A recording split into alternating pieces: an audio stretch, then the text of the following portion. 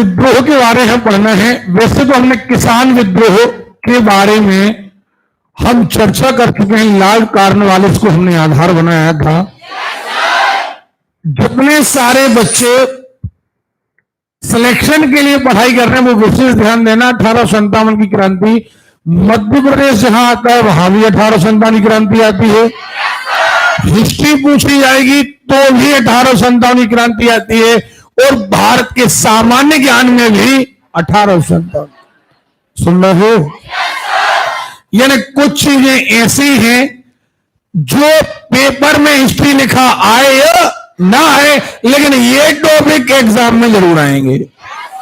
सुन रहे हो? चलिए, तो हमने वैसे तो आपको किसान विद्रोह के बारे में बताया था। इसके बाद हमने आपको यह भी बताया था कि जब सन 1800 चालू हुआ तो अंग्रेजों और किसानों के बीच वैमनस्यता भड़की। फिर व्यापारियों के बीच व्यापार नष्ट होने लगा। फिर अदर लोगों के बीच यानी सैनिकों के बीच कहा हमने। फिर सती प्रथा बंद हुई और विधवा पुनर्विवाह चालू हुआ। तो धार्मिक लोग भी क्या हो गए?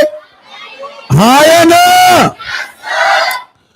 अब इसके बाद लॉर्ड डलहौजी ने एक नई नीति अपनाई, हड़प नीति।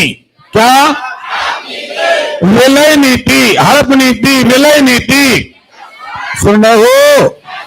ये चलाई थी कौन ने? अरे क्लियर है?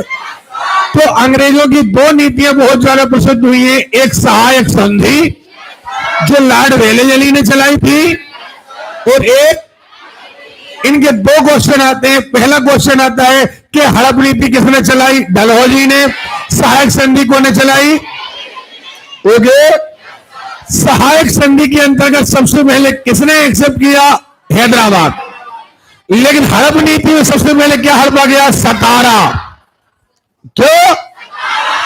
ओके, अब यहां से सारी जनता विद्रोह करने लगी, मौसम बनने लगा। सबके मन में गुस्सा, यहां राजा गुस्सा, वहां किसान गुस्सा, सैनिक गुस्सा, व्यापारी गुस्सा। ओके, और इसी बीच सैनिकों ने विद्रोह कर दिया चर्बी वाले कारतूस छीलने के लिए, और इनने अपने अधिकारियों की हत्या करना शुरू कर दिया। उनको फांसी दे दी गई। फिर उनको देख करके और सैनिकों ने विद्रोह किया, और धीरे धीरे करके सैनिकों से तो ये बना तात्कालिक कारण। कारण तो कई थे। एक था किसान कारण, एक था विधवा पुनर्विवाह, एक था सती प्रथा को बंद कराना, एक था व्यापार। ये सभी कारण थे 1857 की क्रांति के। लेकिन एग्जैक्टली तुरंत में कारण क्या बना? तात्कालिक कारण सैनिक। सुन रहे हो? समझ में आ रही बात? अब देखें इसकी भूमिका देखें हम, और इसका अब अलग अलग एरिया में जितने रियासत के राजा थे उन राजाओं ने अपने अपने एरिया में इसका नेतृत्व किया। यहां पर क्या हुआ आपको याद हो? हमने आपको मराठा पढ़ाया था। पहले शिवाजी आए थे, फिर नीचे संभाजी आए हैं, फिर ताराबाई थी, राजा राम द्वितीय था। नहीं पढ़ाया था? बाद में आ गए थे पेशवा। क्या गए थे? आपको याद हो? बालाजी राव। याद है? जब पेशवा के खानदान में कोई और आगे पैदा नहीं हुआ तो उन्होंने नाना साहब को गोद ले लिया। यानी नाना साहब पेशवाओं में एक दत्तक पुत्र थे, और मराठाओं का शासन अंग्रेजों ने ले लिया और कहा कि हम तुम्हें पेंशन देंगे। लेकिन चूंकि नाना साहब एक दत्तक पुत्र थे, और डलहौजी ने कहा कि नहीं, दत्तक पुत्र को हम नहीं मानेंगे, और तो तुम्हारा कोई पुत्र है ही नहीं तो हम तुम्हें पेंशन काहे की दें। अतः वह राज्य भी अपना लिया गया। अतः वहां से नाना साहब चूंकि उन्हें पेंशन का हो गई बंद, वो भी भाग गए। और यही हमारी हार का कारण रहा 1857 में। 1857 में अगर हम अंग्रेजों को नहीं भगा पाए तो कारण, मूल कारण यह था कि सभी के स्वार्थ अलग अलग थे। किसी का स्वार्थ ये नहीं था कि अंग्रेज भग जाएं। सबका ये था, राजाओं का था कि हमारा राज्य बच जाए, किसानों का था हमारा टैक्स कम हो जाए, व्यापारियों का था हमारा व्यापार बच जाए, सैनिकों का था कि चर्बी वाले कारतूस बंद हो जाए। किसी का भी उद्देश्य एक नहीं था। नहीं आ रही बात समझ? यानी उस समय अंग्रेजों को भगाना मुख्य लक्ष्य नहीं था। इसीलिए अंग्रेजों को अलग अलग एरिया में इन विद्रोहों को दबाने में आसानी हुई। लेकिन ये 1857 की क्रांति जितनी तुम्हें बताई गई है, इससे ज्यादा कहीं भीभत्स थी। दोनों ग्रुपों में, हिंदुस्तानियों में और अंग्रेजों में इतना विरोध हो गया था कि राह चलते जैसे किसी जानवरों को काटा जाता है, ऐसा इंसानों को काटा जाने लगा। जहां पर यूरोपियन मिल जाते, वहां हिंदुस्तानी क्रांतिकारी उन्हें कत्ल कर देते। जहां अंग्रेजों को हिंदुस्तानी मिल जाते, अगर अंग्रेजी सेना किसी गांव से गुजर जाती, पीछे मुड़कर देखती तो लाशें ही लाशें नजर आती। और अगर हिंदुस्तानी क्रांतिकारी कहीं से गुजरते और वहां पर अगर यूरोपियन का एरिया पड़ जाता तो सारे यूरोपीय मारे जाते, चाहे वो बच्चे हो, चाहे औरतें हो, चाहे कुछ भी हो। यानी दोनों ही पक्षों में दया नाम की चीज ना बची। समझ में आ रही बात? हालांकि इतिहासकारों ने, चूंकि उस समय अंग्रेजों का बोलबाला था, अंग्रेजों के ज्यादा लेखक थे, अतः उन्होंने अंग्रेजों की गलतियों को ज्यादातर दबाया और वो चीजें प्रकट नहीं होने दी। इसलिए आप लोगों तक वो चीजें सामने नहीं आती। आपको लगता है 1857 की क्रांति थी, केवल क्रांति नहीं थी। क्रांति में कितना भीभत्सपन था दोनों पक्षों से, ये बहुत खतरनाक था। मतलब दोनों पक्षों में दया क्या हो चुकी थी? समाप्त। अब ये मात्र एक क्रांति ना होकर के एक अमानुष युद्ध भी बन चुका था। यानी इससे मनुष्यता क्या हो रही थी? समाप्त।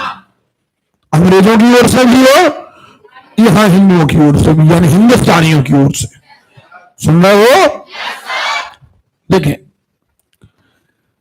1857 की क्रांति के कारण एक है सैनिक कारण, एक है आर्थिक कारण। क्या? ज्यादा टैक्स लेना, टैक्स ज्यादा लिया, इधर व्यापार चौपट हो गया, आदमी गरीब हो गया, उसका रहन सहन बिल्कुल निचले दर्जे का हो गया, और आज भी अंग्रेज चूस रहे हैं। सुन रहे हो? तो आर्थिक कारण बना। कौन? राजनीतिक कारण क्या है? अरे राजाओं के राज्य छीने जा रहे हैं, तो ये हो गया क्या? राजनीतिक कारण। डलहौजी की हड़पनी, डलहौजी की। और क्या कारण है? धार्मिक। आपने पहले सती प्रथा बंद करा दी, बाद में आप कह रहे हैं विधवा पुनर्विवाह। इससे धार्मिक लोग समझ रहे हैं कि हमारा हिंदू धर्म भ्रष्ट हो रहा है।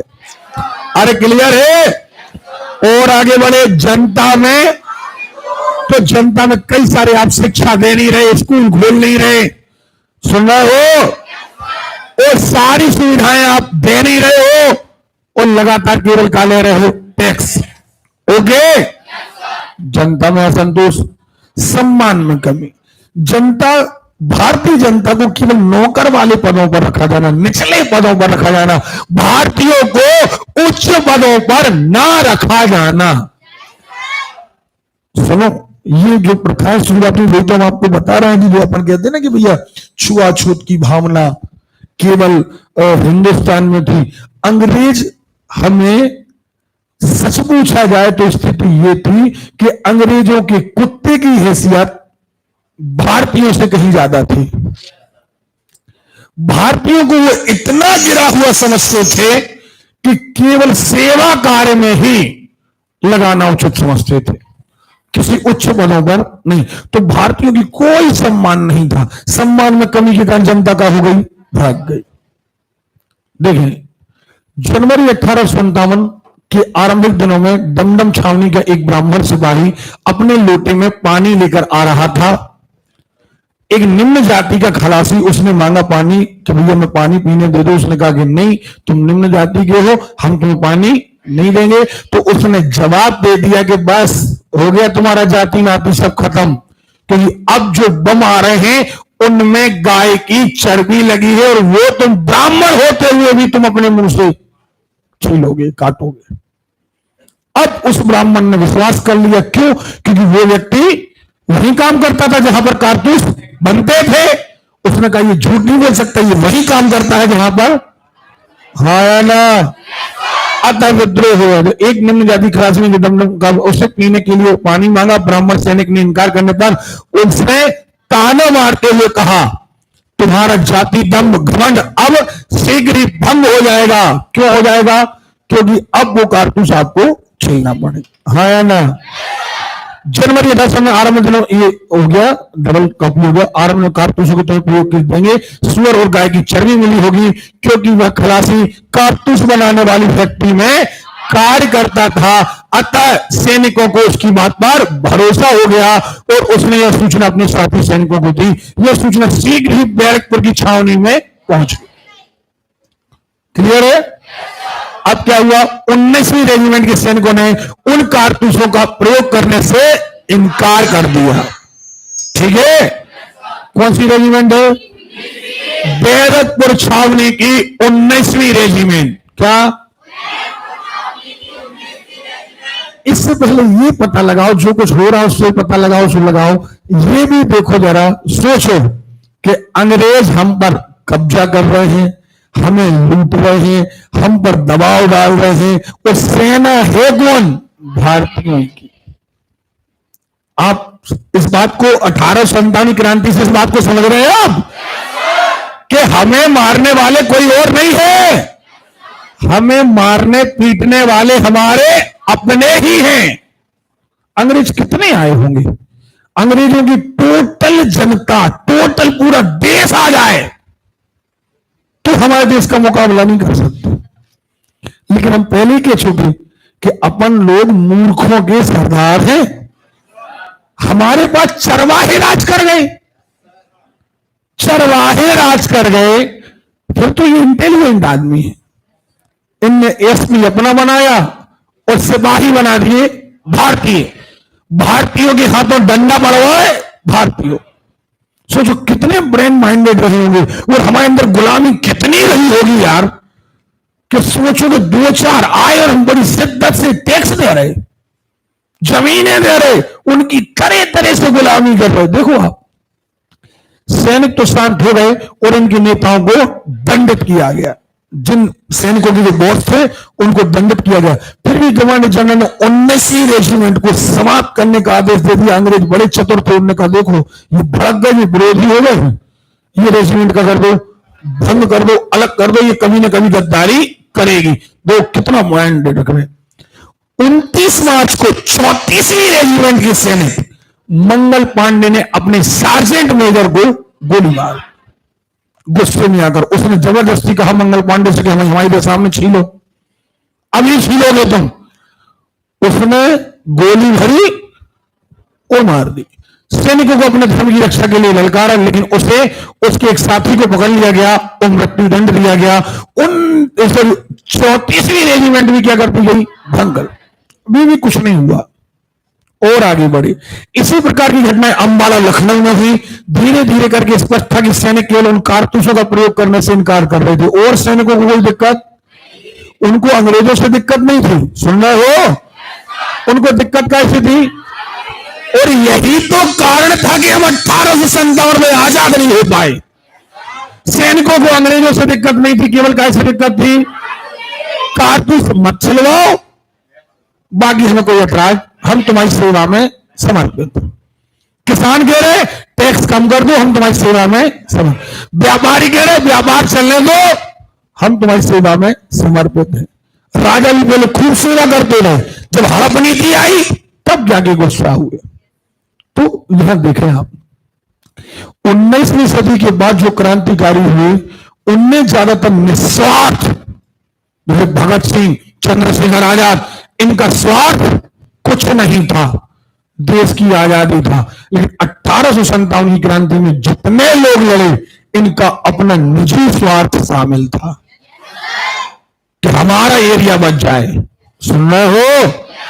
देखे, उस समय तक उनकी निश्चित विद्रोह करने का ना था, परंतु भारत सरकार सैनिकों की भावना की परवाह किए बगैर कारतूसों के प्रयोग पर अड़ी रही। जिन्होंने प्रयोग करने से इनकार किया उन्हें दंड देती गई। 24 अप्रैल 1857 को मेरठ, अब अप्रैल आ गया, मेरठ छावनी के 85 सैनिकों ने उन कारतूसों का प्रयोग करने से इनकार किया। 24 अप्रैल, अब आ जाएगी मई, और मई में युद्ध हो जाएगा प्रारंभ। मई में क्या हो जाएगा, सुन रहे हो? उनको साश्रम 10 साल की कैद दी गई। 9 मई को उन सैनिकों को सभी सैनिकों के सामने नंगा करके अपमानित किया गया। 10 मई को तीसरी घुड़सवार सेना ने भी विद्रोह कर दिया। ठीक है, अब क्या हुआ, यह सैनिकों में माहौल बन गया, वहां पर राजाओं में माहौल बन गया।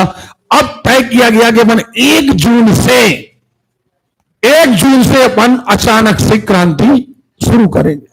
लेकिन डेट तय हुई 1 जून, लेकिन समय के पहले ही 10 मई को एक घटना घट गई और उनके साथ भारतीयों की पैदल सेना चल पड़ी दिल्ली की ओर। मेरठ से कहा, और यह सेना 11 मई को दिल्ली पहुंच गई और दिल्ली में मुगल बादशाह का अंतिम उत्तराधिकारी बहादुर शाह जफर, कौन, जो अब अंग्रेजों का पेंशनर बन चुका था, वो नहीं सोच रहा था कि अंग्रेज भाग जाए तो हम तो मुगल रहे, हमारा शासन चलना है, लेकिन ये चलने ही नहीं दे रहे।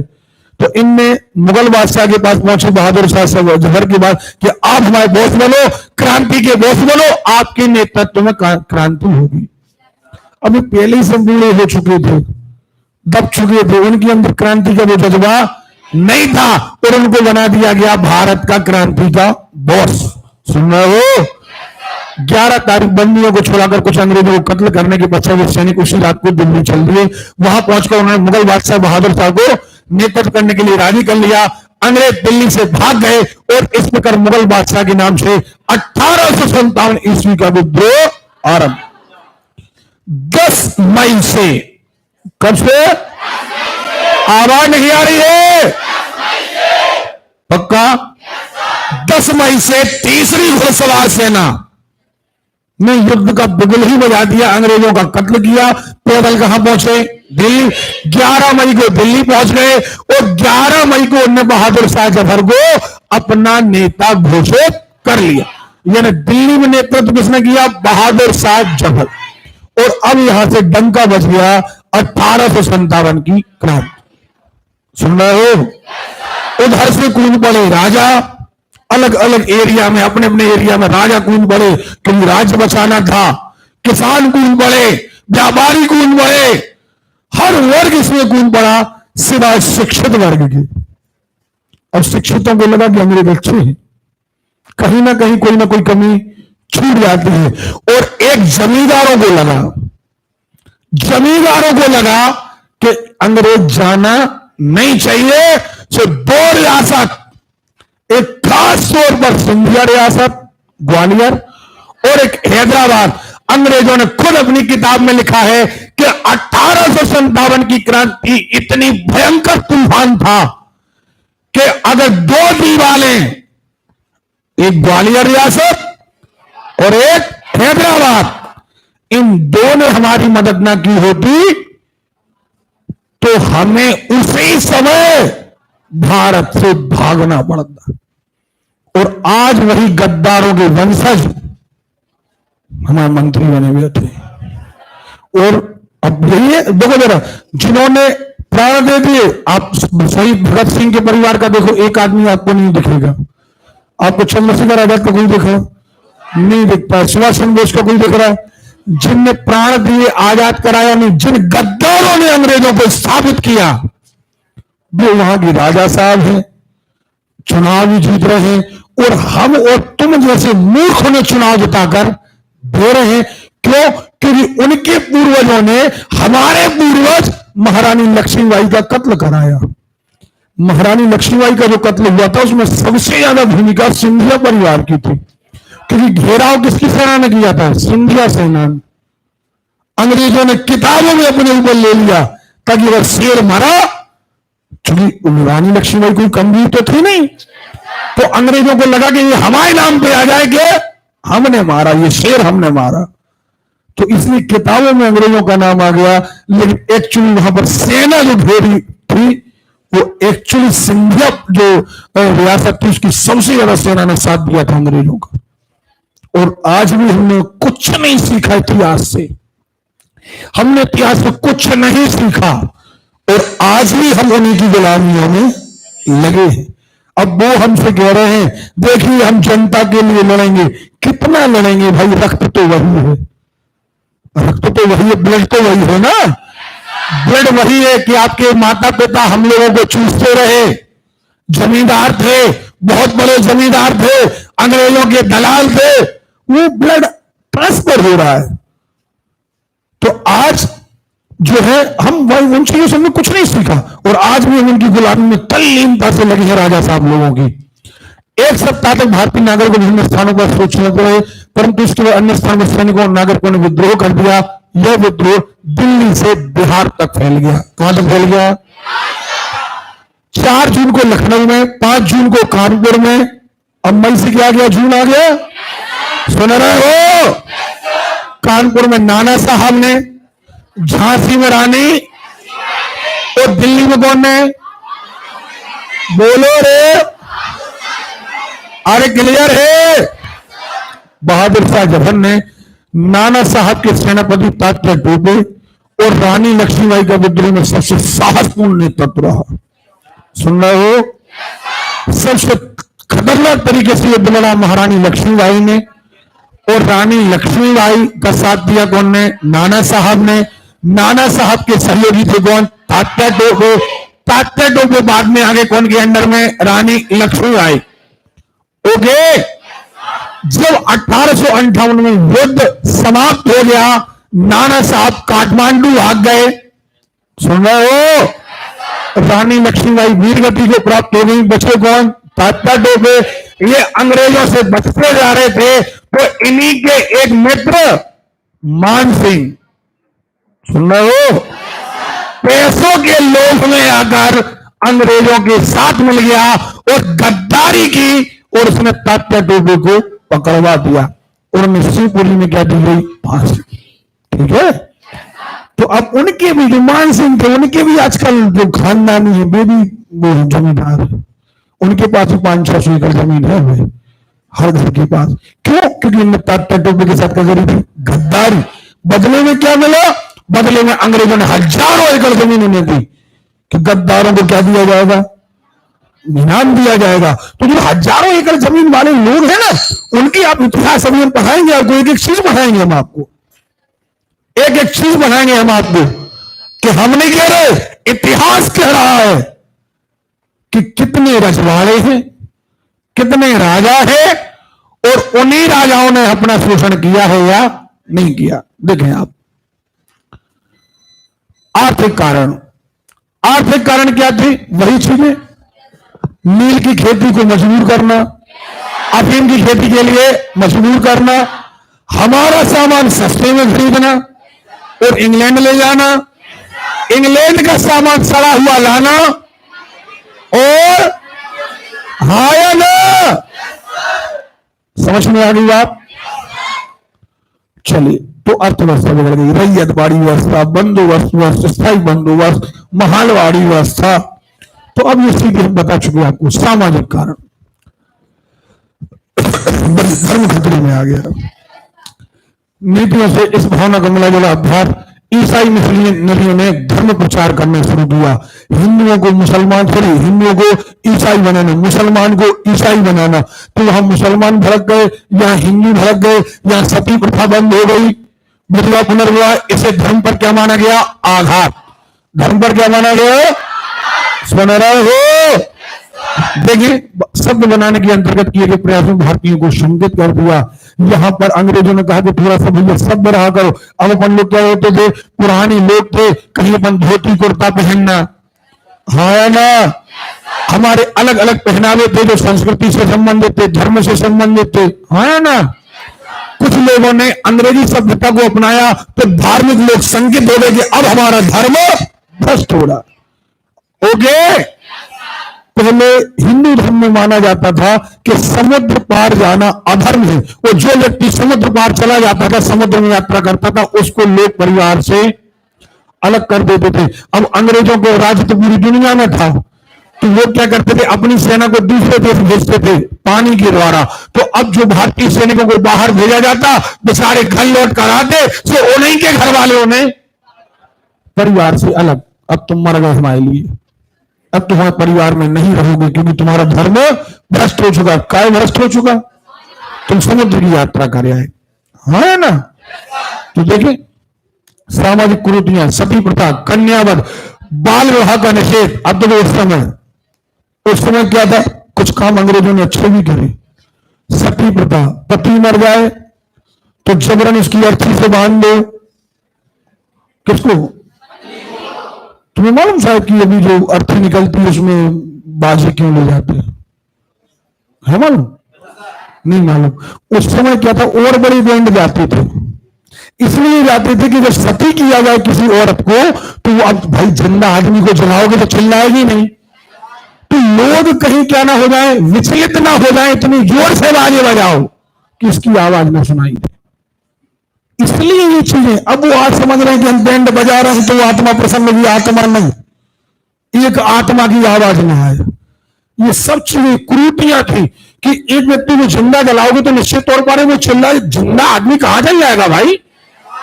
तो उसको ये करने के लिए अब वो कन्यावध, किसी के घर में कन्या पैदा हो गई तो उसका वध करना है, उसको कहीं दूध में डुबो के मारना है, कहीं बलि के नाम पे मारना है, लेकिन कैसे ही ना कैसे करके हमें उसका वध करना है। सो कन्यावध पर निषेध लगा दिया। अब कन्यावध पर निषेध लगा दिया तो फिर हमारा धर्म का हो रहा, भ्रष्ट हो रहा। बाल विवाह निषेध, छोटी छोटी उम्र में विवाह। अब अंग्रेजों ने कहा कि नहीं, बाल विवाह नहीं होगा। उन्होंने कहा हमारा धर्म भ्रष्ट हो रहा, हम तो बाल विवाह करेंगे। विधवा विवाह, अंग्रेजों ने कहा कि भाई कोई विधवा है, सती प्रथा बंद हो गई, अब विधवा है, अगर वो चाहे कि हमें नया विवाह करना है तो वो कर सकती है। इसे भी क्या माना गया, धर्म भ्रष्ट माना गया। उन्होंने कहा हमारे पास 7 जन्म का विवाह है और यहां तुम एक ही जन्म में दूसरे से करवा रहे। तो इस संबंध में कानून बनाए तो इससे व्यवस्था पर आघात पहुंचा। 1813 में ईसाई मिशनरियां आ गई और ऐसा करते करते धीरे धीरे करके जो एक माहौल बनता गया, सो वहां से जो धर्म के ठेकेदार थे वो भी गुस्सा हो गए, किसान तो गुस्सा थे। चलिए आगे बढ़ते हैं, विद्रोह का प्रसार। अब आते हैं मन कि विद्रोह धीरे धीरे कैसे आगे बढ़ा। तो हमने पुरानी कहानी जो आपको पढ़ाई है वो तो ठीक है कि बंदूक छीनने के, बम छीनने का सीधा डेट है 10 मई 1857। क्या को मेरठ छावनी की तीसरी घुड़सवार सेना, मेरठ छावनी की ने विद्रोह कर दिया, अंग्रेज अधिकारियों को मार डाला और पैदल ही कहां आ गए, दिल्ली। सुन रहे हो? और 11 तारीख को दिल्ली आ गए, 11 मई को दिल्ली पर अधिकार कर लिया और मुगल बादशाह बहादुर शाह जफरबदियों को अपना सम्राट घोषित कर दिया। दिल्ली विजय का समाचार समूचे देश में फैल गया। जैसे ही पूरे देश में फैला कि दिल्ली अंग्रेजों से खाली हो गई, सबके जोश बढ़ गए, सबके जोश बढ़ गए। सो यहां देखो कानपुर में नाना साहब तैयार ही बैठे, हाँ ना, लखनऊ में बेगम हजरत महल, जगदीशपुर में कुंवर सिंह हैं, झांसी में हाँ ना, बुंदेलखंड, इलाहाबाद, ग्वालियर। सुन रहे हो? अब ग्वालियर क्यों गद्दारी कर रहा था? ग्वालियर गद्दारी करने का मेन रीजन था कि ग्वालियर में एक तरफ झांसी लगता था। क्या लगता था? तो ग्वालियर के सिंधिया के परिवार को डर था कि अगर रानी लक्ष्मीबाई जीत गई तो कल हम पर हमला करेगी। नहीं आ रही बात समझ में? आ रही है। और ये सिंधिया उस समय राजा नहीं जमींदार हुआ करते थे, सामंत, राजा नहीं। रानी लक्ष्मीबाई रानी थी और सिंधिया कौन थे? सामंत। कौन थे? इनकी ओहदा बढ़ जाए इसलिए इनने झांसी की रानी का विरोध किया। ओके, देखें अब यही बातें वीडियो के रूप में बाहर फैलेंगी तो अब फिर गाज करेगी। अब हम का करें, इतिहास में लिखा है तो छुपा थोड़ी सकते हैं। अब लिखा ही है कि तुम गद्दारों के बेटा हो तो हम क्या करें, वो खानदानी तौर पर है तुम्हारे साथ, नहीं किया होता तो नहीं लिखते। राजनीतिक कारण, राजनीतिक कारण मेन क्या बना, क्या डलहौजी की इस नीति के आधार पर झांसी, सतारा, सबसे पहले कौन, सतारा, बाद में किसका नंबर लगा, क्योंकि झांसी की रानी का अपना कोई बेटा नहीं था, उनने भी दत्तक पुत्र लिया था, अंग्रेजों ने मना कर दिया कि नहीं अब तो राज्य लेफ्ट होगा। इस नीति के अंदर यदि किसी रियासत का वारिस नहीं है तो उसे अंग्रेजी शासन में मिला लिया जाता है। इस नीति के अंतर्गत राजाओं को दत्तक पुत्र लेने की अनुमति नहीं थी। सोचो यार कितनी खतरनाक रहे होंगे, तुम्हारे देश में आए, तुम्हारी धरती, तुम्हारे राजा, वो तनक से मुट्ठी भर आए, अब वो तुमसे कह रहे हैं कि तुम्हारा राज हमारा है और हम कानून बनाएंगे। सोचो कितनी खतरनाक बात। तो वहां से आए और अब क्या कह रहे, तुम टैक्स भी दो, पैसा भी दो, व्यापार भी हमें दो और तुम्हारा राज्य भी हम क्या कर देंगे, लैप्स। ओके, देखिए इस नीति के अंतर्गत कई राज्यों को अंग्रेजी शासन में मिला लिया गया। अवध जैसी रियासत, अब अवध को कैसे मिलाएं, अवध का तो बेटा है, सुनने एक नया आरोप लगा दिया कि ये राजा अच्छा नहीं है, इसका शासन अच्छा नहीं है, इसका कुशासन है, उसको मिला लिया। तो इसमें नाना साहब को पेंशन देने से मना, अभी तक नाना साहब को दिक्कत नहीं थी, अब अंग्रेजों ने कह दिया कि हम तो पेंशन नहीं देंगे, जेल में भड़क गए, पेंशन बंद कर दी। इस कारण राजा और रियासत में इस नीति के कारण खिलाफ हो गए और विद्रोह में शामिल हो गए। अब मुद्दे की बात आती है कि राजा की ओर से कौन एरिया में कौन राजा है और वहां पर अंग्रेजों की ओर से कौन सा सेनापति है। जब तेज आवाज, ये very very most important question है ये। देखें दिल्ली, क्या कहा हमने, ये देखो बहादुर शाह जफर है और डेट क्या है, 11 मई 1857। क्या है, हमें आवाज नहीं आ रही है यार। और यहां पर अंग्रेजों की ओर से है निकलसन हडसन। ओके, कहा जाओ, बोले यार।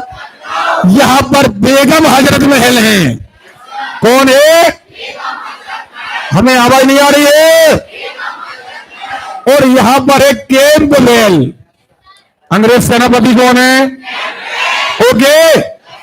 अब झांसी में कौन है, रानी, और रानी लक्ष्मण के साथ कौन दे रहे, बोलो रे। ये ताते तो पहले कौन के आदमी थे, नाना साहब, कौन के, अब कौन के अंडर में आ गए, अरे क्लियर है। और यहां पर 4 जून को युद्ध में शामिल होगी झांसी की रानी, और अंग्रेजों की ओर से कौन है, बोलो, ओके, हीरोज। और हीरोज ने अपनी किताब में लिखा है कि 1857 का युद्ध तो हमने कई जगह लड़ा, लेकिन पूरे भारत में मात्र एक मर्द मिला, झांसी की रानी।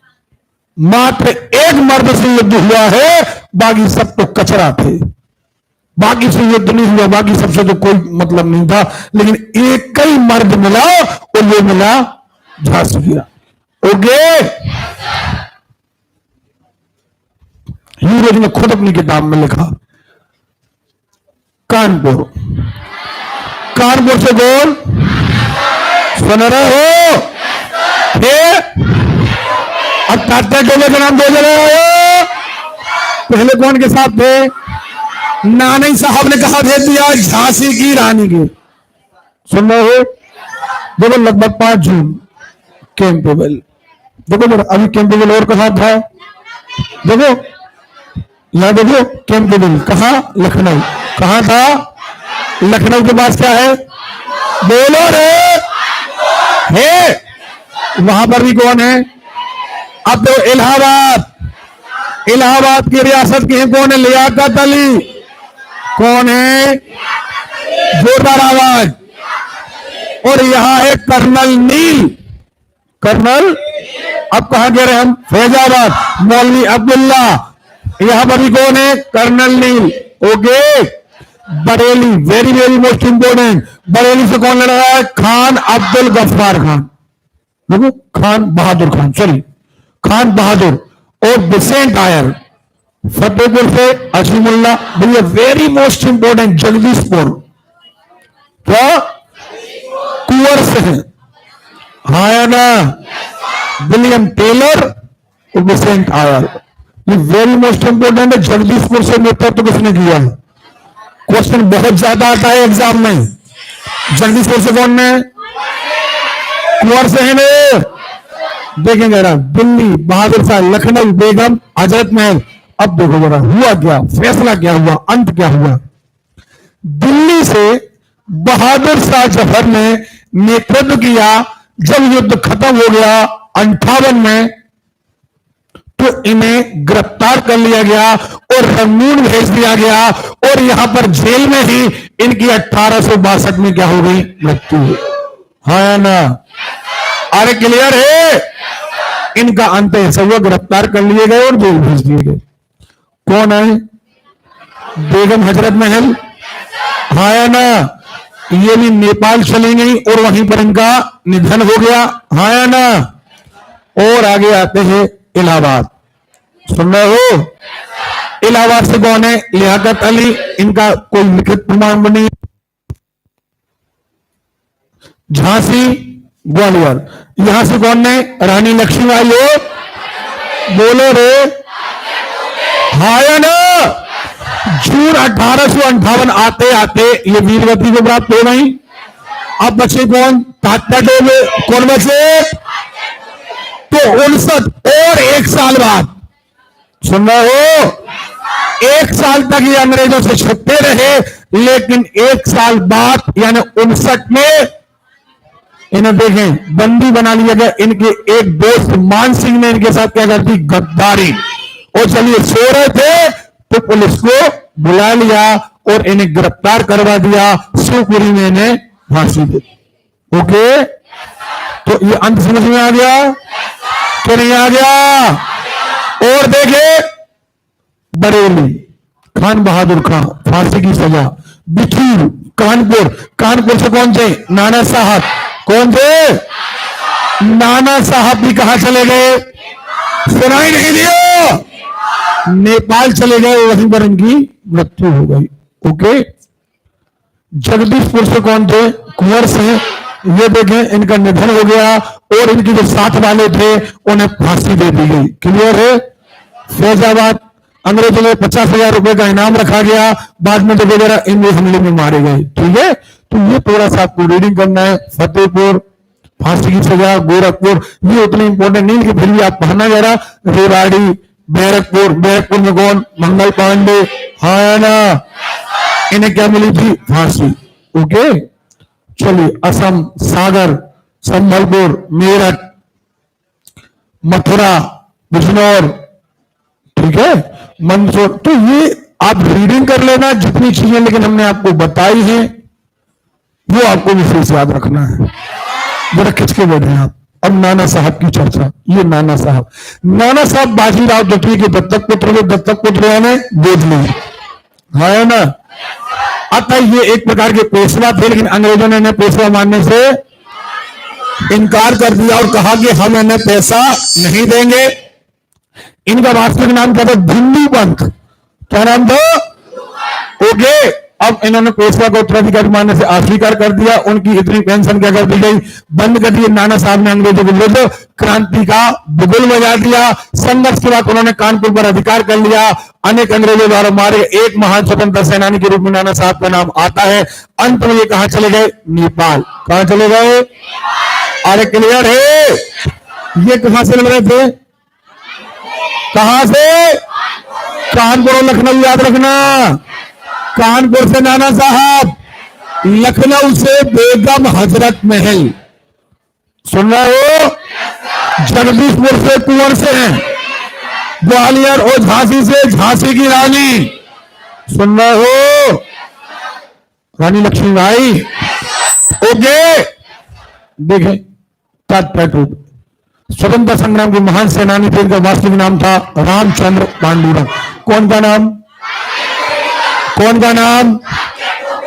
तात्या टोपे का एक्चुअली नाम क्या था? आवाज नहीं आ रही है यार। ओके, देखे, इन्हें इटली का गेरीबाल्डी भी कहा जाता है। अभी आप पढ़ेंगे, जब वर्ल्ड हिस्ट्री पढ़ाएंगे तो वहां पर एक नाम मिलेगा वो गेरीबाल्डी। तो इन्हें इटली का गेरीबाल्डी कहा जाता है, भारत का गेरीबाल्डी कहा जाता है। इटली के गेरीबाल्डी से इनकी तुलना की गई। ओके, अंग्रेजों के विरुद्ध स्वतंत्रता संग्राम में दीर्घ काल तक जारी रखा। अपनी सेना को लेकर इन्हें संकट काल जंगलों में छुपे रहना पड़ता था। अंतिम समय तक अंग्रेजों से लड़ते रहे। 59 में महान देशभक्त को शिवपुरी में फांसी दी गई और इनके मित्र कौन ने? मान सिंह ने इन्हें गिरफ्तारी की। ओके, महारानी लक्ष्मीबाई कहां की महारानी थी? कहां की? इनका बचपन का नाम सबको पता है। झांसी के राजा गंगाधर राव के साथ शादी उपरांत इनका नाम महारानी लक्ष्मीबाई हुआ। झांसी की महारानी थी। राजा गंगाधर राव 1853 ईस्वी में इनकी क्या हो गई? मृत्यु। 3-4 साल पहले क्या हो गई? मृत्यु। इनका कोई पुत्र नहीं था। अपने पति की मृत्यु उन्होंने दामोदर राव नामक एक अल्पवयस्क को गोद लिया। इनके पुत्र का नाम क्या है? दामू। स्वयं का पुत्र नहीं है, स्वयं का पुत्र, ये दत्तक पुत्र। और इसी दत्तक पुत्र को मना कर दिया अंग्रेजों ने कि नहीं, दत्तक पुत्र नहीं चलेगा। अब झांसी काय में मिलाया जाएगा? अंग्रेजी में। सुन रहे हो? पुत्र की संरक्षिका बनकर शासन कार्य आरंभ कर दिया। लॉर्ड डलहौजी ने गोद निषेध नियम का लाभ उठाकर झांसी के राज्य को ब्रिटिश राज्य में मिला लिया। इस नीति से स्वतंत्र होकर रानी ने बड़ी वीरता के साथ युद्ध किया। 1858 ईस्वी में ग्वालियर के किले में स्वतंत्रता की लड़ाई लड़ते हुए वीरगति को प्राप्त हुई। बाबू कुंवर सिंह ने बिहार से आंदोलन, ठीक है, जगदीशपुर के जमींदार थे और उन्होंने विरोध किया। इन्होंने आजमगढ़ और वाराणसी में सफलता प्राप्त की। बेगम हजरत महल पता है आपको? कहां से? बोलो यार, क्लियर है?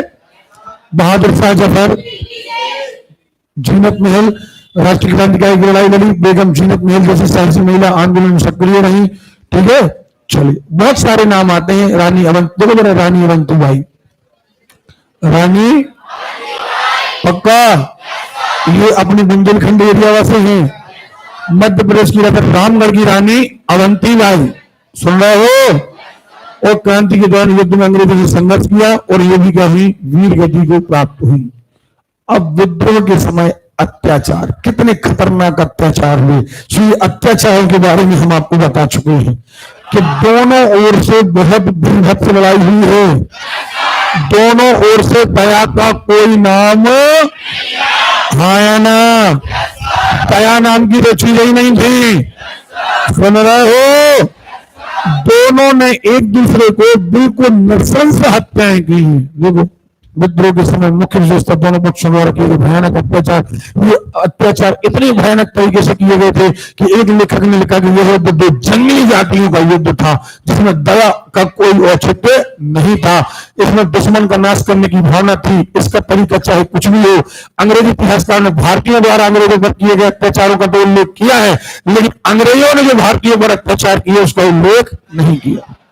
ओके, तो ये सारी चीज हम आपको बता चुके हैं। अब आप इसको आप रीडिंग कर लीजिएगा। और यहां पर देखो, बहुत सारे कत्ल हुए, गोलियां चली। एक तत्कालीन अंग्रेज ने लिखा है कि अगर हैदराबाद ने विद्रोह कर दिया होता तो हम संपूर्ण दक्षिण भारत के विद्रोह से ना बच पाते। अगर हैदराबाद और शामिल हो जाता, सुन रहे हो, तो हमें दक्षिण भारत से भागना पड़ता। लेकिन कसर रही कि हैदराबाद हमारा मित्र रहा और हैदराबाद ने हमें बचा लिया।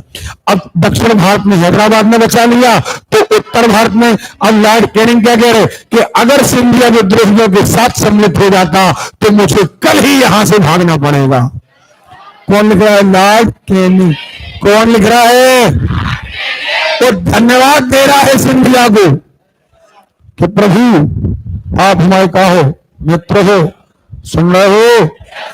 आज जो इनकी महल है, आज अपन जो कहते हैं कि इनकी संपत्ति का कोई ठिकाना नहीं है, हम बड़े बहुत नाम से कहते हैं, अरे भैया पता नहीं है उन्हें खुदाई कितनी संपत्ति है। सुबह संपत्ति कछु कमाई नहीं, अंग्रेजों की दलाली में मिली है। सुन रहे हो ना? हमारे कहते भी कछु लोग हैं, पहले अंग्रेज जो ये जो आपका दमोह स्टेशन है, ये अंग्रेजों के समय का बहुत पुराना स्टेशन है और यहाँ पर पहले इंजन बनते थे, सुधारे जाते थे, बड़े बड़े अंग्रेज अधिकारी रहते थे। जब 1947 में देश आजाद हुआ, अंग्रेज जाने लगे तो वो जिन बड़े बड़े बंगले थे, पता चला स्टेशन मास्टर का बहुत बड़ा बंगला है। अब अंग्रेज से अंग्रेज बहुत बड़े बड़े बंगले थे, जब बंगले बड़े थे अब उनको जाना था, सब छोड़ के जाना था। फिर पता चला जो बासन मांगते, पोछा लगाते, उनसे कहती जाओ तुमको टपरिया ले लो, अंग्रेजों की टपरिया मतलब आज के महल। उन्होंने कहा, अब उनके लड़का कहा कर देख रहे हो बंगला कितने बड़ी है, देख रहे तुम, जो नहीं बता रहे कि हमारी मतारी बासन मांग जाती, इसे तो बड़ा बंगला है। तो बात यह है कि ये जो संपत्तियां लोग बताते कि हमें खुद हिसाब पता नहीं है कितनी है, तो हम जो इतिहास जानने वाले हैं, बात यह भी है कि ये भी हिसाब नहीं है कि तुमने वतन के साथ कितनी गद्दारी करी होगी, उसी का तो ये इनाम है। समझ में आ रही है?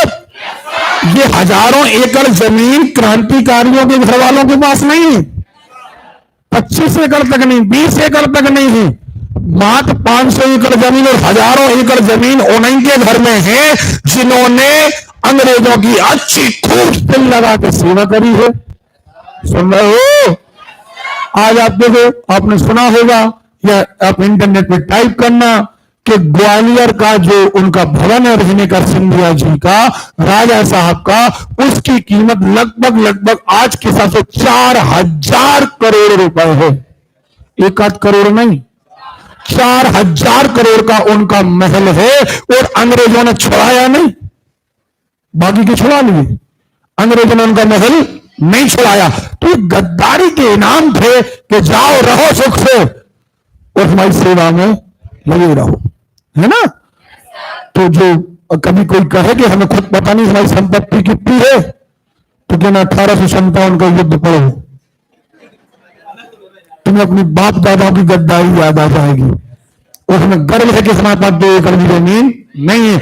मतलब इसका मतलब साफ है कि हमारे माँ बाप ने वतन से गद्दारी नहीं की होगी, इसलिए हमारे पास 2 एकड़ की जमीन नहीं है, रिकॉर्ड ही नहीं है हमारा। और तुम्हारे पास 500 एकड़ है, मतलब हम समझ गए। वो समझे ना समझे कि 1857 का युद्ध, मैं बोलेगा क्या 1857 के एक दिन पढ़ेगा कि अच्छे आराम से, ठीक है? चलो, अशोक मेहता ने अपनी पुस्तक महान विद्रोह में यह सिद्ध करने का प्रयास किया कि इस विद्रोह का स्वरूप राष्ट्रीय था। इसी प्रकार वीर सावरकर ने इस विद्रोह को राष्ट्रीय स्वतंत्रता के लिए आयोजित युद्ध सिद्ध करने का प्रयास किया है। इंग्लैंड के शीर्षस्थ नेता डिज़रेली ने इसे राष्ट्रीय विद्रोह के नाम से पुकारा है, परंतु वास्तव में यह विद्रोह न तो राष्ट्रीय था और न स्वतंत्रता संग्राम। अब आप कहोगे सर आप किस आधार पर कह रहे हैं? क्योंकि किसी भी क्रांतिकारी का यह उद्देश्य कतई नहीं था कि भारत से अंग्रेज चले जाए। नाना साहब का उद्देश्य था हमें पेंशन मिलने लगे, झांसी की रानी का उद्देश्य था कि हमारी झांसी बच जाए और हमारे दत्तक पुत्र को अधिकार मिल जाए, किसानों का उद्देश्य था कि हमारा टैक्स, कहीं पर भी किसी क्रांतिकारी का यह उद्देश्य नहीं था कि भारत स्वतंत्र हो जाए। भारत, इसलिए कई लेखकों ने इसे स्वतंत्रता संग्राम मानने से इनकार किया। कई ने स्वतंत्रता संग्राम माना है, लेकिन कई लेखकों ने इसे स्वतंत्रता संग्राम नहीं माना है। आपको अब समझ में आ गया? क्यों नहीं आ गया है? अरे आ गया है। देखिए, किसी भी स्थान पर, किसी भी समय, किसी भी नेता के विचारों से सिद्ध नहीं होता कि यह विद्रोह राष्ट्रीय था। विद्रोह का दमन कैसे हुआ? जिस समय भारत में विद्रोह की शुरुआत हुई उस समय भारतीय सैनिकों की संख्या इतनी थी और अंग्रेजी सैनिक मात्र इतनी। देखो आप,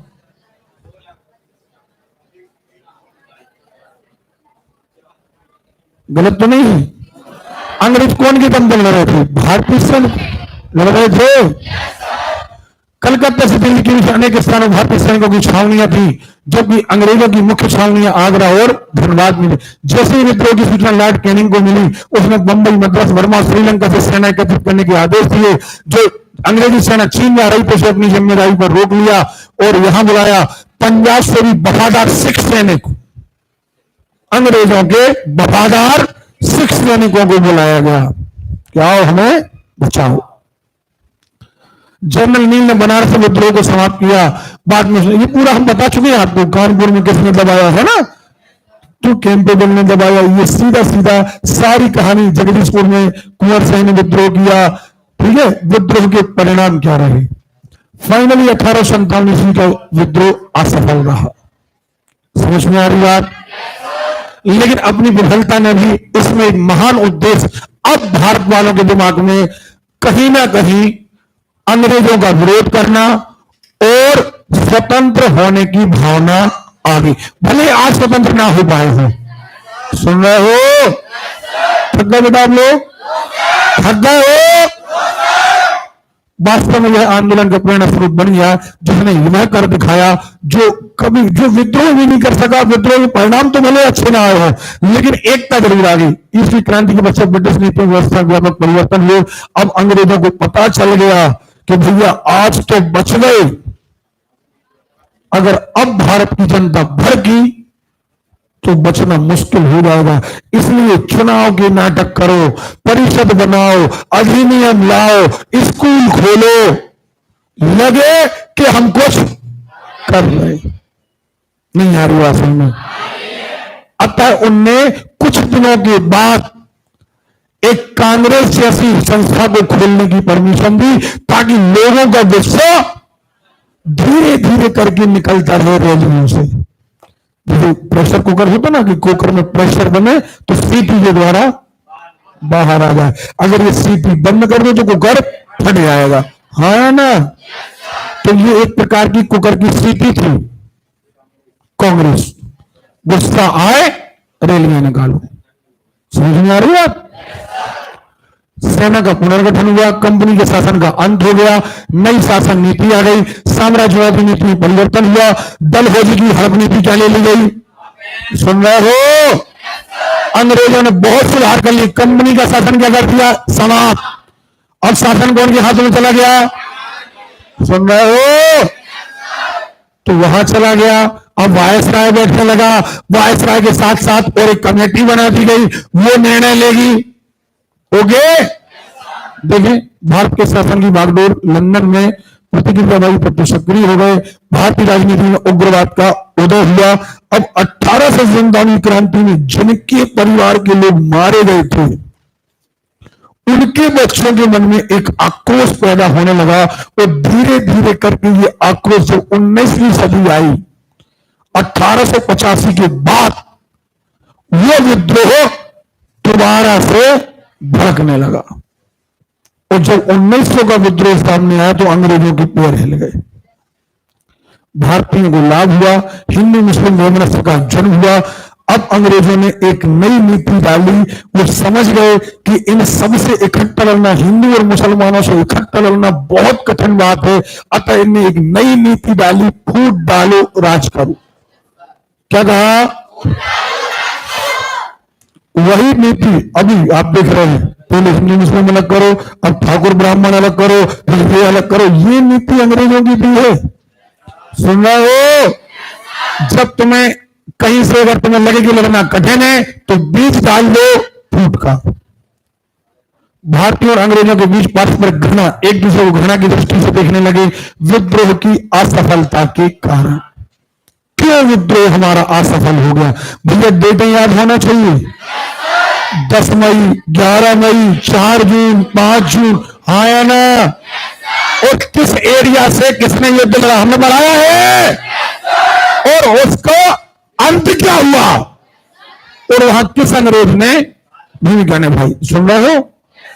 असफलता के कारण समन्वय तथा नेतृत्व का अभाव। न किसानों का कोई एक अलग नेता, न कोई राजाओं का एक नेता, न सैनिकों का एक प्रमुख नेता, सब अपने अपने एरिया में लड़ रहे। समझ में आ रही बात?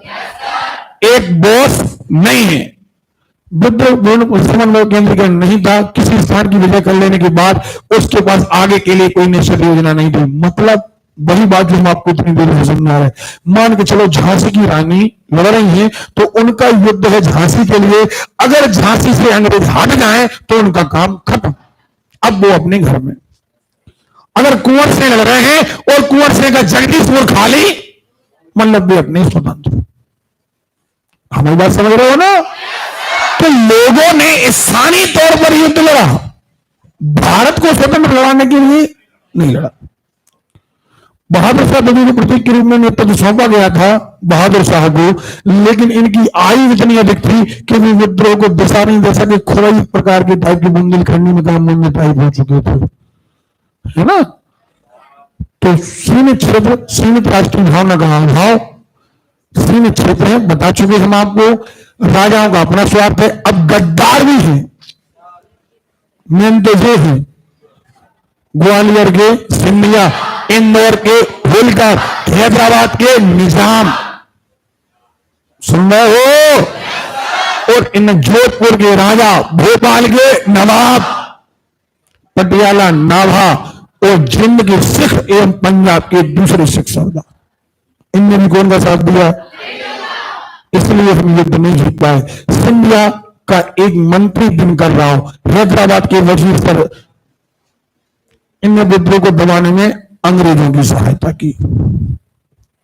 1857 का विद्रोह बहुत बड़े क्षेत्र में फैला हुआ था और इसे जनता का व्यापक समर्थन प्राप्त हो गया था। लेकिन जब इतने बड़े बड़े रियासत के गद्दारों ने अंग्रेजों का साथ दिया तो युद्ध दब गया। ठीक है?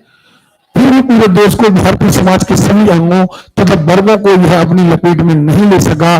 कश्मीर के महाराजा, दूसरे अनेक सरदारों, बड़े जमींदारों ने विद्रोह को कुचलने में अंग्रेजों की सहायता की।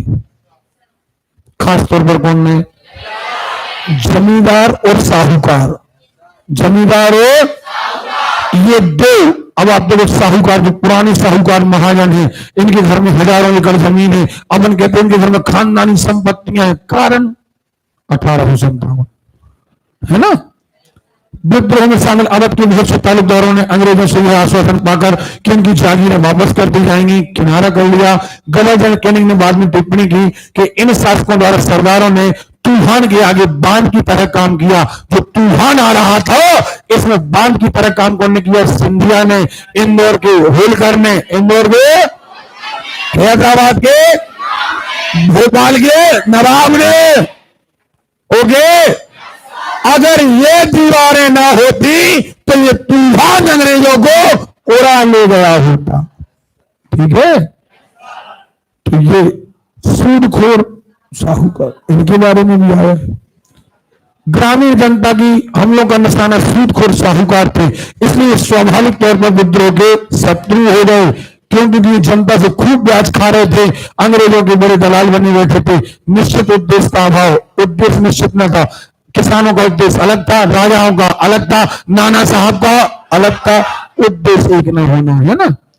साधारण जन व्यापक, कई सारे लोग जो पढ़े लिखे थे, शिक्षित लोग, व्यापारी, भारतीय शासक न केवल उनका समर्थन कर रहे थे बल्कि अंग्रेजों का सहयोग। कई पढ़े लिखे ही हैं, हम अंग्रेजी जानते हैं। हम क्या जानते हैं? ओके, इस अंग्रेजी से पढ़े लिखे होने से एक बात तो याद आई, ये तो पढ़ा रहे हैं। हमने एक बात और देखी है, जो डर पुराने समय में था वो डर आज भी इतना ज्यादा जनता में समाया हुआ है। आज अभी जैसे मान के चलिए, आपसे कोई रिश्वत लेता है, ये अंग्रेजी प्रथा है। आपसे कोई रिश्वत लेता है, वो काम कर रहा है, सरकारी तनख्वाह मिल रही है, लेकिन आप 100 लोगों से कहो, 100 लोगों से कहो कि चलो बेटा ये रिश्वत ले रहा है, चलो इसकी ऊपर शिकायत करें और इसे लोकायुक्त से छपवा लें, तो विश्वास करो अपराध कौन कर रहा है? जो रिश्वत ले रहा। और पैर किसके कांप रहे? दूसरे का। हमें नहीं जाना भैया, का पता का हुआ है।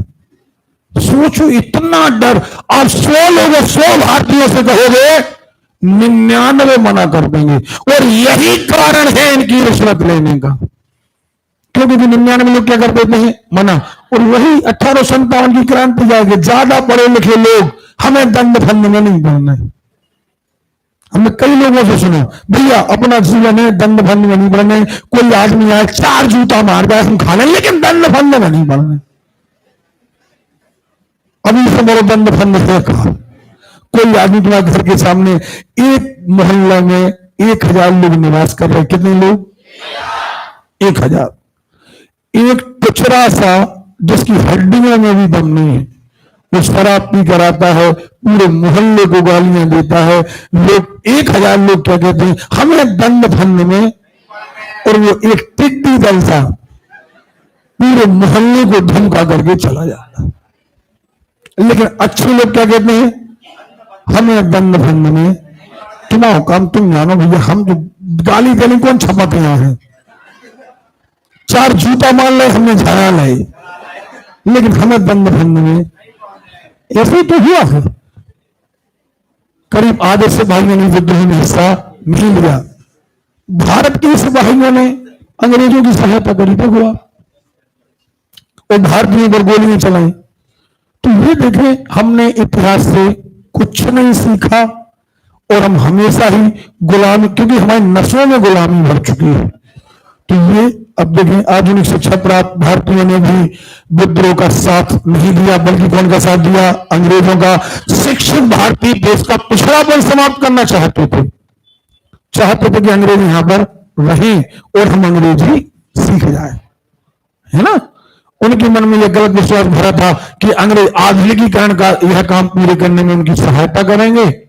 अंग्रेजों के पास कुशल नेतृत्व का होना, अंग्रेजों के पास सैनिक थे, अंग्रेजों के पास कमांडर थे, अंग्रेजों के पास गवर्नर था। भारतीयों के पास क्या था, अलग अलग राजा थे, कोई एक कमांडर तो था नहीं, इसलिए हारे। देखो जरा, कुशल नेतृत्व का ना होना। ये देखें, अब भैया ये देखो, यहां पर अलग अलग 1857 पर आधारित पुस्तकें ये आपको रटना है। किसी ने लिखी है the great rebellion Ashok Mehta, तो ये पुस्तक आप पढ़िएगा। इसमें हम आते हैं विद्रोह पर विदेशी इतिहासकारों ने क्या अपना कमेंट्स दिया, अपना क्या कमेंट्स दिया। देखें, सर जॉन लॉरेंस कह रहे हैं यदि विद्रोहियों में कोई भी योग्य नेता होता तो हम सदैव के लिए हार जाते।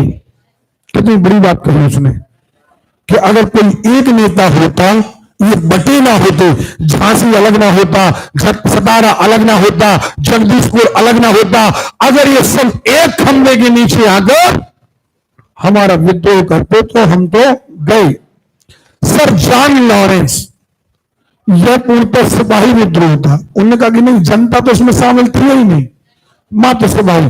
बेंजामिन डिजाइन कह रहे हैं 1857 ईस्वी का विद्रोह एक राष्ट्रीय विद्रोह था। सर जॉन सीले कह रहे हैं यह विद्रोह पूर्णतः देशभक्ति रहित, देशभक्ति का काम नहीं था, स्वार्थपूर्ण सैनिक विद्रोह था। स्वार्थपूर्णता, झांसी की रानी का अपना अलग स्वार्थ था, कुंवर सिंह का अपना अलग स्वार्थ था, नाना साहब का अपना। अरे क्लियर है, कौन ने कहा ये, मेटकाफ ने कहा यह पुनर्स्थापितवादी आंदोलन था। पी रॉबर्टसन कह रहे हैं 1857 का विद्रोह केवल एक सैनिक विद्रोह था जिसका तात्कालिक कारण चर्बी युक्त कारतूस, अगर उनमें अंग्रेजों ने अड़ी ना की होती तो यह विद्रोह ना होता। हिंदी वाले क्या कह रहे हैं, अभी तो अंग्रेजों वाले चल रहे, पी.आर. होम्स कह रहे हैं यह सभ्यता एवं बर्बरता का संघर्ष था। टेलर और जोन्स कह रहे हैं अंग्रेजों के विरुद्ध हिंदू मुसलमानों का षड्यंत्र था, हिंदू और मुसलमान एक हो गए थे, अतः बाद में उन्होंने कहा डाल दी फूट। रीच कह रहे हैं ईसाई धर्म के विरुद्ध एक धर्मयुद्ध था।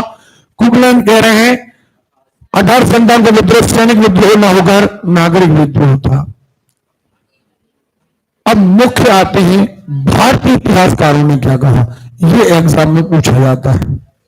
सुन रहे हो, थक गए हो, अरे थक गए हो। भारतीय इतिहासकारों ने क्या कहा ये देखते हैं।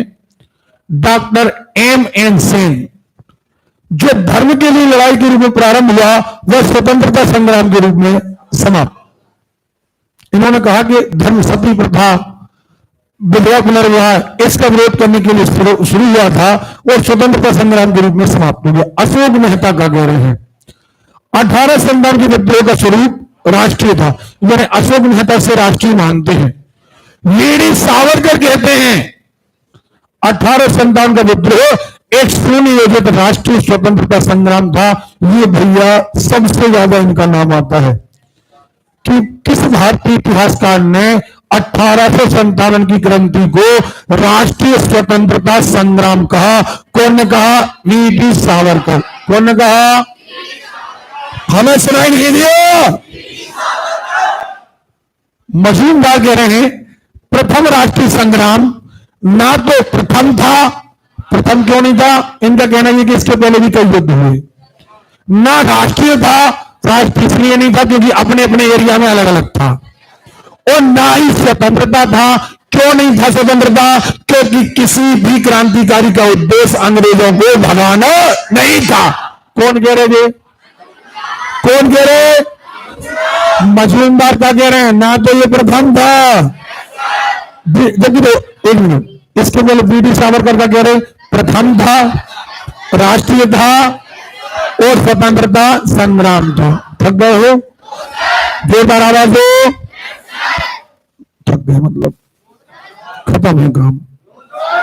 इसमें कैसे पढ़ पाओगे यार? तुम केवल यस और नो में थक रहे हो और हम लगातार लेक्चर दे रहे हैं।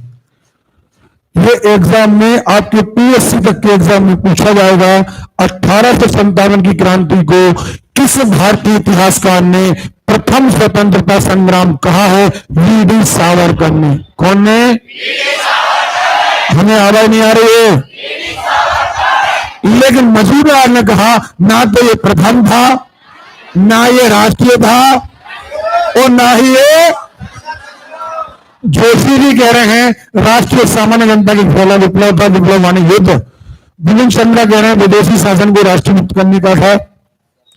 मुंशी जीवनलाल कह रहे हैं यह श्रमिक विद्रोह था। जवाहरलाल नेहरू, दुर्गादास ये कह रहे हैं 1857 का विद्रोह सिपाही विद्रोह नहीं, अभी तो स्वतंत्रता संग्राम के एक भारतीय जनता का संगठित संग्राम था।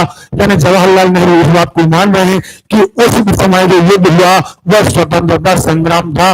लेकिन दो लोगों में खास तौर पर क्वेश्चन आते हैं, वीडी सावरकर और मजूमदार। कौन कौन में? इन दो लोगों में क्वेश्चन आते हैं। प्रश्न आता है कि किसने इसे प्रथम स्वतंत्रता संग्राम कहा? वीडी सावरकर ने। तो किसने कहा ना तो ये प्रथम था ना स्वतंत्रता था? सुन रहे हो? 1857 क्रांति का कालानुक्रम हम सब बता चुके आपको।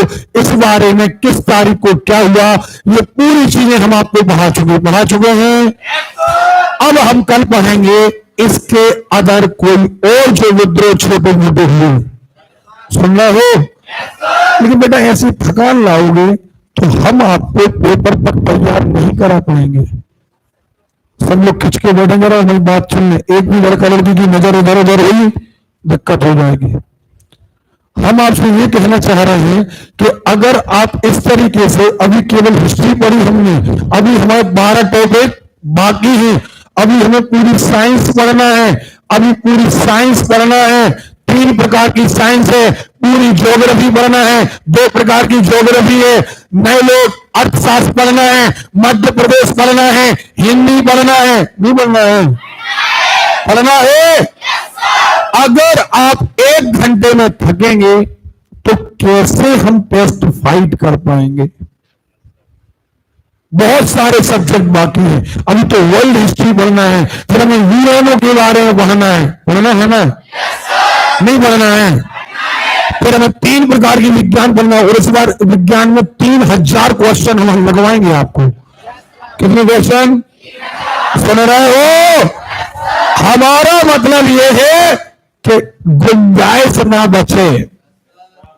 चाहे एएसआई का पेपर दो, चाहे पटवारी का दो, चाहे पुलिस कांस्टेबल का दो, चाहे रेलवे का पेपर दो, अगर इतिहास के 10 क्वेश्चन आए तो तुम्हें बता रहे हैं, विज्ञान के आए तो तुम्हें बता रहे हैं, भूगोल के आए तो तुम्हें पता रहे। सुन रहे हो? 3 महीने के अंदर अंदर अभी हमें पूरा जीके, पूरी गणित और पूरी रीजनिंग करना है। लेकिन समय के पहले थकान हमें ये करने नहीं देगी। सुन रहे हो? जितने लोग क्लास गोल कर रहे हैं सुन लें, या तो तैयारी छोड़ दो और या तैयारी करो। सुन रहे हो? आप आधे दिन क्लास नहीं आएंगे, आधे दिन आएंगे, सिलेक्शन नहीं होना, कोचिंग का पैसा बर्बाद, और सब चीजें बर्बाद। और एक बात हमने सुबह सारे बच्चों को बता दी, अभी बता दिया, मटेरियल सबके हाथ में होना ही चाहिए। नहीं है मटेरियल, आपको हमारे यहां आने की आवश्यकता नहीं। समझ में आ गई बात? तो हम अगले जो युद्ध हैं, अन्य विद्रोह जो हैं, वो हम कल आपको पढ़ाएंगे। जैसे देखेंगे जरा प्लासी का युद्ध। अब जो प्लासी के युद्ध से 1857 के बीच कितना अंतर रहा? 100 वर्ष। पक्का? अब देखेंगे यहां से हम नागरिक विद्रोह, फिर ये देखें हम बहुत सारे युद्धों के बारे में हम पढ़ेंगे, है ना। सन्यासी विद्रोह के बारे में हम पढ़ेंगे, अलग अलग विद्रोह के बारे में हम पढ़ेंगे। और विद्रोह के बाद हम फिर से आ जाएंगे रेगुलर लॉर्ड गवर्नर पर। कहा जाएंगे? इतिहास में बोल रहे आप लोग, यहां से क्वेश्चन आना ही आना है, सुन रहे हो? ठीक है, तो यहां पर आज हम बात खत्म करते हैं। अभी इतना बता दीजिए, अभी अपने पास टाइम बाकी है, लगभग आधा घंटा है। क्या हम अनुपात वाला अध्याय क्लियर करा दें?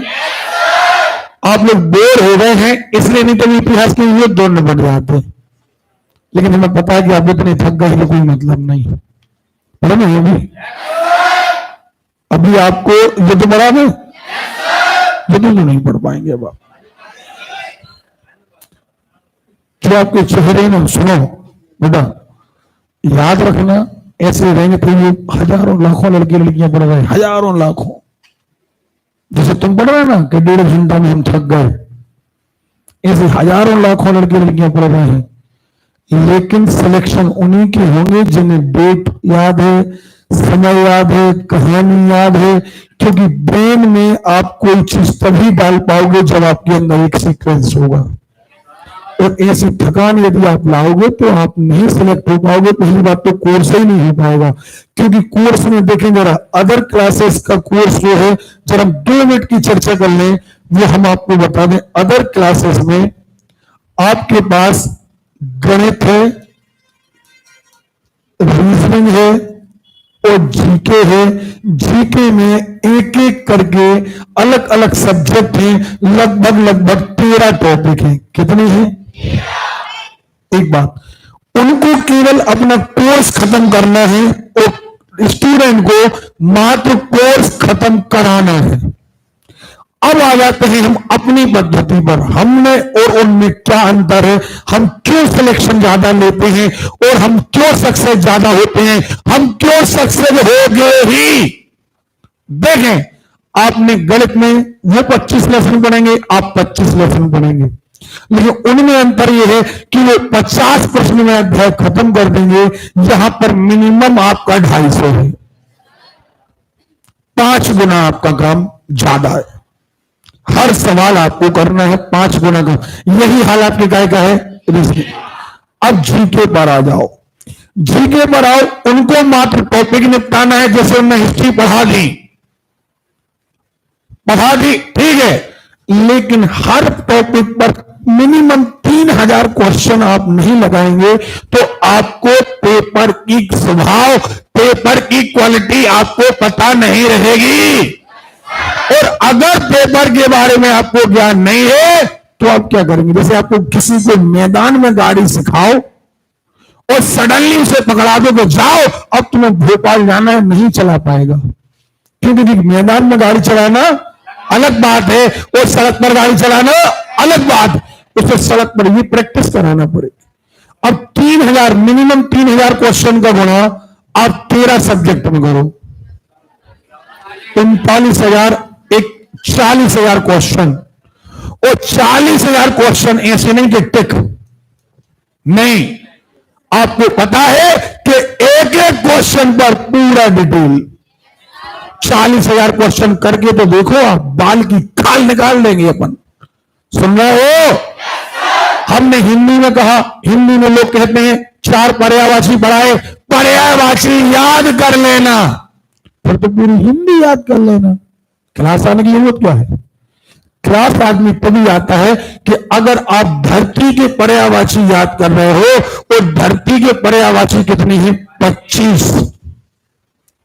तो 24 याद नहीं होना चाहिए। कितनी होना चाहिए? 25। 24 नहीं, 25 याद होना चाहिए। अगर तुम्हारी किताब में 1000 मुहावरे हैं तो 1000 मुहावरों की प्रैक्टिस होना चाहिए, तब जाकर के 70 में से 70 नंबर की टक्कर पे आओगे। मुंशी प्रेमचंद ने कितनी किताबें लिखी सुन रहे हो? अलग अलग लेखकों ने कितनी किताबें लिखी, अगर ये याद रहेगा तब जाकर के 70 में से 70 नंबर लाओगे। और इसमें आप में और उसमें जो लड़का कम पढ़ रहा है कितना अंतर रहेगा? मात्र 10 नंबर का अंतर रहेगा। अब आप कहोगे कि सर मात्र 10 नंबर का अंतर, बिल्कुल सही। क्यों? क्योंकि पेपर 70% पेपर जो आता है वो कॉमन आता है, जो एक नॉर्मल लड़के से बनता है। कचरा क्वेश्चन आम तौर पर आपने पढ़ाई करी है, लोग डायलॉग मारते हैं, हमने इतना नहीं पढ़ा लेकिन 70 आ गए, लेकिन जो सिलेक्ट है उसके आए हैं 80। अंतर कितने का है? 10 नंबर का अंतर नहीं है। यहां अंतर है एक सक्सेस व्यक्ति और एक फेल व्यक्ति का। ये आदमी सक्सेस है जो थानेदार है, और जो आम आदमी है। अब भले तुम जो डायलॉग मारते रहोगे हमने पढ़ा नहीं लेकिन 70 आ गए, उखाड़ का लिया, जी बताओ मुद्दे की बात, ये बताओ कि तुमने कर का लिया? कुछ नहीं। ये 10, ये एक्चुअली क्या होता है, ये दुनिया का सिद्धांत कहां काम करता है? आपने पुलिस की दौड़ देखी? पुलिस की दौड़ में क्या होता है, ये एक रिंग होता है, ये रिंग होता है। इस रिंग में आपको सामान्य तौर पर 2 राउंड लगाने पड़ते हैं। 2 राउंड में एक राउंड पर सब टोटल सब नंबर बन जाते हैं और राउंड लगा लेते हैं। अब बात कहां आती है? दौड़ होना ही यहां खत्म, यहां तक तो 10 आ गए। अब बचे मात्र 50 कदम हैं, 50 कदम बचे हैं मात्र, और ये 50 कदम ही तय करेंगे कि सक्सेस आदमी कौन है और फेल आदमी कौन है। आदमी दम यहां तोड़ता है, यानी हमारी कहानी का सार ये है, जो आप कहते हैं ना कि सर उसके बिना बड़े 80 आ गए, हमारे बड़े बड़े 85 आए। भैया वो 85 5 का अंतर नहीं है, वो ये अंतर है। ये ना मेहनत करने वाला यहां रह जाता है, तो मेहनत करने वाला यहां रह जाता है, यहां आ जाता है, और ये आदमी सफल हो जाता है, ये आदमी असफल हो जाता है। आप 40,000 क्वेश्चन लगाएंगे तब जाकर के आपके 85 नंबर आएंगे। जो व्यक्ति 40,000 क्वेश्चन नहीं लगाएगा उसके 70 और 75 आ जाएंगे, कोई दिक्कत नहीं, 70-75 तक आ जाएंगे। लेकिन जब एसआई का टेस्ट होगा तो पूरे मध्य प्रदेश में मात्र ज्यादा से ज्यादा 800 पद आएंगे। 800 जिला कितने हैं बाबू? अपन राउंड फिगर में मानो 50, राउंड फिगर में 50 माने तो लगभग एक जिले से 16 आदमी चुने जाना है। हमें अपने जिले के उन 16 लोगों में आना है जिन्हें थानेदार की रिंग शेयर मिलना है, यहां स्टार मिलना है। समझ में आ रही है? हमें इन गधेरों में नहीं आना कि साल भर चिल्लाते रहे, बस एक ही नंबर से रह गए। मतलब तुमसे मूर्ख तुम दुनिया में कोई है ही नहीं। जैसे आज हमें खजाना ना मिले ना सही, लेकिन हम खजाने तक गए, खजाना खुला है, हम बाजू तक गए और एक अठन्नी नहीं ले आए, तो मूर्ख कौन है? जो वहां तक गया वो खाली हाथ आया। इससे अच्छा तो घर ही में रहते, है ना? ऐसे ही जो एक नंबर से रह जाता है उससे हम सबसे ज्यादा मूर्ख समझते हैं। क्यों? अरे थोड़ी मेहनत और कर ली होती, थोड़ी, तो कहां आ जाते, आ जाते। और बाकी सारे बच्चे सुन लो, तैयारी एक ही है। अगर आप कांस्टेबल का टेस्ट निकाल चुके हैं तो आप ज्वाइनिंग के पहले मेहनत करें कि आप थानेदार बने। अगर आप थानेदार का टेस्ट निकाल चुके हैं तो ज्वाइनिंग के पहले तक थके ना, आप डीएसपी का पद निकालने का प्रयास करें। सुन रहे हो? अपनी योग्यता को पहचाने। हम गुलाम बनने के लिए नहीं बने हैं, मेहनत करेंगे तो अधिकारी बनेंगे हम। समझ में आ रही आप? अब एक चूहे की तरह चिन्नी मिलने पर प्रसन्न ना हुआ करो। उतने वही साइंस आना है, वही हिस्ट्री आना है, वही मैथ्स आना है, थोड़ी मेहनत और बस। और फिर आपकी जिंदगी देखो कितनी बढ़िया ब्राइट है। आप न्याय अन्याय तभी पहचान पाओगे जब आपके हाथ में पावर हुआ। आप सिपाही हो, साहब ने कह दिया पकड़ ले आओ, अब पता है कि वो आदमी निर्दोष है लेकिन क्या करें, साहब ने कहा है पकड़ ले आए। अब एक आदमी दोषी है, साहब ने कह दिया जाओ छोड़ आओ, छोड़ आए। हमें अपने ईमान का कोई औचित्य नहीं है, हम गुलाम हैं। साहब जो कहेगा वो कर। और अगर हम ही साहब होते तो, हम यदि स्वयं साहब होते तो ये जज्बा पैदा करो। और ये अंतर मात्र 10 और 5 नंबर का है। ये जो हम मेहनत करा रहे हैं, अदर क्लास का लड़का आपसे कहेगा हमारे भी तो 75 है तो तुम्हारे 80, कौन सी बड़ो ज्यादा पढ़ लो भैया। वो 75 80 5 का अंतर नहीं है, सुन रहे हो? वो 5 का अंतर नहीं है, वो एक्चुअली सक्सेस और फेल का अंतर। इसलिए 3 महीने और बस, अक्टूबर नवंबर दिसंबर, 3 महीने आपकी जिंदगी बदल देंगे। न क्लास फेल करो, नहीं तो इसका परिणाम आपको भुगतना है। बाद में सलाहकारी केंद्र बन के रह जाओगे और कुछ नहीं। ठीक है, इसके आगे हम पढ़ेंगे कल। निकल जाओ। रेलगाड़ी के प्रिंट आ गए हैं, रेलगाड़ी के प्रिंट कलेक्ट करके जाना सारे लोग। कल रेलगाड़ी वाले सवाल करके आओगे ताकि कल रेलगाड़ी का अध्ययन खत्म करा दें। ठीक है?